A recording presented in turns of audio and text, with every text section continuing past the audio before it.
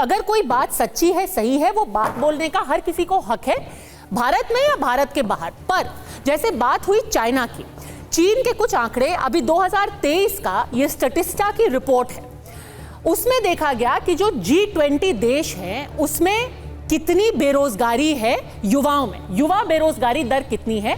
यहां पर दो आंकड़ों पे आप ध्यान दीजिए, चीन की बेरोजगारी दर युवाओं में और भारत की।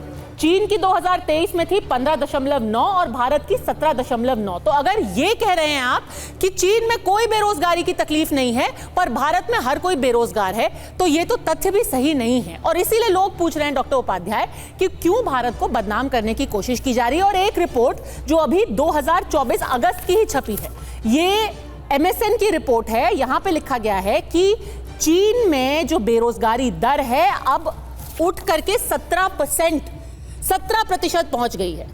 जून में ये महज 13% थी और जुलाई में आकर के ये 17% हो गई है। तो तथ्यों के परे कुछ बोलना, ये तो भारत के खिलाफ है। देखिए, तथ्यों की बात करें तो सच्चाई तो डाटा भारत सरकार की तरफ से ही आती है। NSO के डाटा हैं या आप EMI की डाटा को आप देख लेंगी तो भारत के युवाओं में बेरोजगारी दर 43% तो अभी अभी आया था रिपोर्ट 6 महीने पहले, और ILO ने तो 83% युवाओं के बीच में बेरोजगारी दर बताई थी। ग्रामीण भारत की स्थिति क्या है सबने देखा है।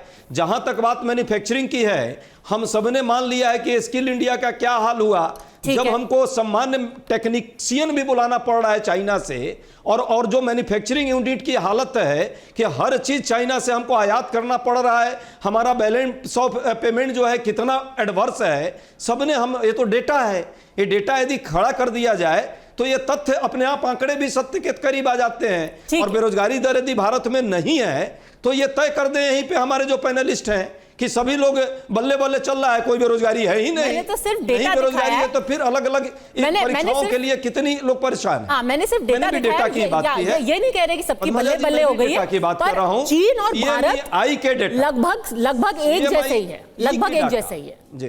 पद्मा जी, एक नो, ये गलत डाटा है। CMEI के डेटा, ILO के डेटा, दोनों को यहाँ पे प्रूफ के तौर पे आप रख सकती हैं। ठीक है, ये स्टैटिस्टिका का डेटा G20 कंट्रीज का मैंने CMI का भी जो डाटा है अजय जी, भारत की बेरोजगारी ठीक है, सिर्फ डेटा पे नहीं रहते, 9.2% है। और CMI का भी जो डाटा अभी आया है वो 9.2% है, जो पिछले महीने 7% से थोड़ा ज्यादा हुआ है।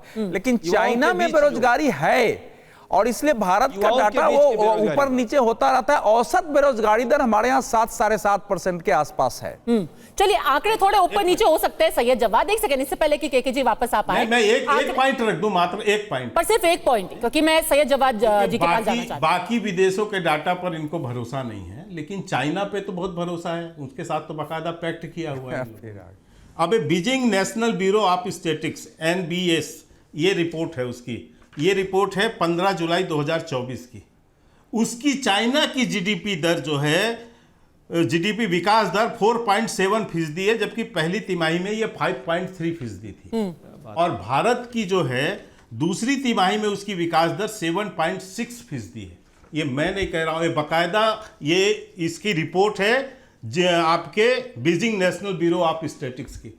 स्वयं चीन ये बयान दे चुका है कि भारत की अर्थव्यवस्था मजबूत है, और ये वो अपना ही खुद बता रहे हैं कि भारत की GDP। अब मैं ये कहता हूं, इसके बाद भी यदि राहुल गांधी को समझ नहीं आती और विदेश में जाके भारत की बुराई करते हैं तो अलग बात है। लेकिन एक बात और छोटी सी कह दूं, उन्होंने चलिए ये राजनीतिक बातें की, ये की वो की, लेकिन कम से कम धर्म के विषय में बोलने से पहले उनको 10 बार सोचना चाहिए। हमारे यहाँ कहावत है पन्ना जी कि यदि किसी मूर्ख को शास्त्र पढ़ा दिया जाए, शास्त्र पकड़ा दिया जाए तो शस्त्र का काम करता है। वही हाल जो है राहुल गांधी के हो गए। भगवान शिव के ऊपर उन्होंने जो बोला है, क्या बोल रहे हैं वो कह रहे हैं कि वह भगवान शिव विनाशक हैं, वह अपने अहम, अपनी संरचना और अपनी मान्यताओं का विनाश कर रहे हैं। भगवान शिव अपनी संरचना का, भगवान शिव ने ब्रह्मांड रचा, वो अपनी संरचना का भी विनाश कर रहे हैं, अपनी मान्यताओं का भी विनाश कर रहे हैं। ये लाइन आती है।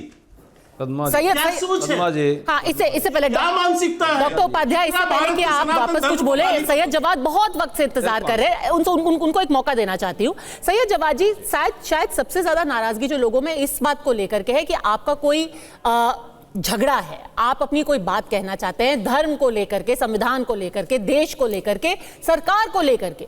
आप संसद में बोलिए, आप सड़कों पर बोलिए, हमारे देश के अंदर बोलिए, पर भारत की ये छवि बाहर जाके क्यों खराब की जा रही है? बार बार यही तर्क दिया जा रहा है। बाहर क्यों? अमेरिका में क्यों? लंदन में क्यों? रशिया में क्यों? जी बहुत बहुत शुक्रिया पद्मा जी आपका आखिरी में वक्त देने के लिए। अपनी बात की शुरुआत एक शेर से करता हूं कि हुजूम देखकर रास्ता नहीं बदलते हम, हुजूम देखकर रास्ता नहीं बदलते हम, किसी के डर से तकाजा नहीं बदलते हम, और हजार जेर रास्ता हो कांटों का तो चल पड़े हैं तो इरादा नहीं बदलते हम। देखिए क्या है, राहुल गांधी साहब जब से एलओपी बने हैं तब से भारतीय जनता पार्टी की और आरएसएस के लोगों की रात को नींद नहीं आती, इसलिए वो ज्यादा बेचैन हैं। चाहे जब सदन के अंदर आदरणीय राहुल जी बोलते हैं तो पूरी भारतीय जनता पार्टी जो है खड़े होकर के विरोध करती है और बोलने से रोका जाता है, तो ये बेचैनी हम समझ सकते हैं। अब आप कह रहे हैं विदेश की धरती पर, तो आदरणीय प्रधानमंत्री जी ने भी जा करके कहा था कि पहले भारतीय होने पे लोगों को शर्म आती थी, तो क्या आती थी आपको शर्म? ये भी तो भारतीय, क्या वो उस वक्त अपमान नहीं था?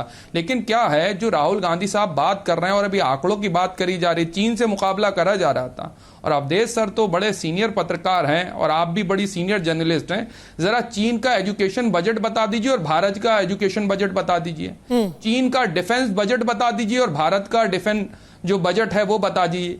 अच्छा चलिए, ग्लोबल हंगर इंडेक्स में भारत कौन से स्थान पे आ गए? 125 देशों की सूची में 111 स्थान पे। वहां पर कहेंगे नहीं ये विदेशी रिपोर्ट है, हम नहीं मानेंगे। मतलब मीठा मीठा गप गप और कड़ुआ कड़ुआ थू थू, ये तो नहीं चलेगा ना। अब आप बता रहे हैं, अभी एक यूएस की रिपोर्ट थी, इंडियन हेट लैब की रिपोर्ट है कि आदरणीय प्रधानमंत्री जी की जो सरकार जब से आई है तब से इस देश के अंदर अकलियतों के ऊपर हमले बढ़ गए, वो झूठी है।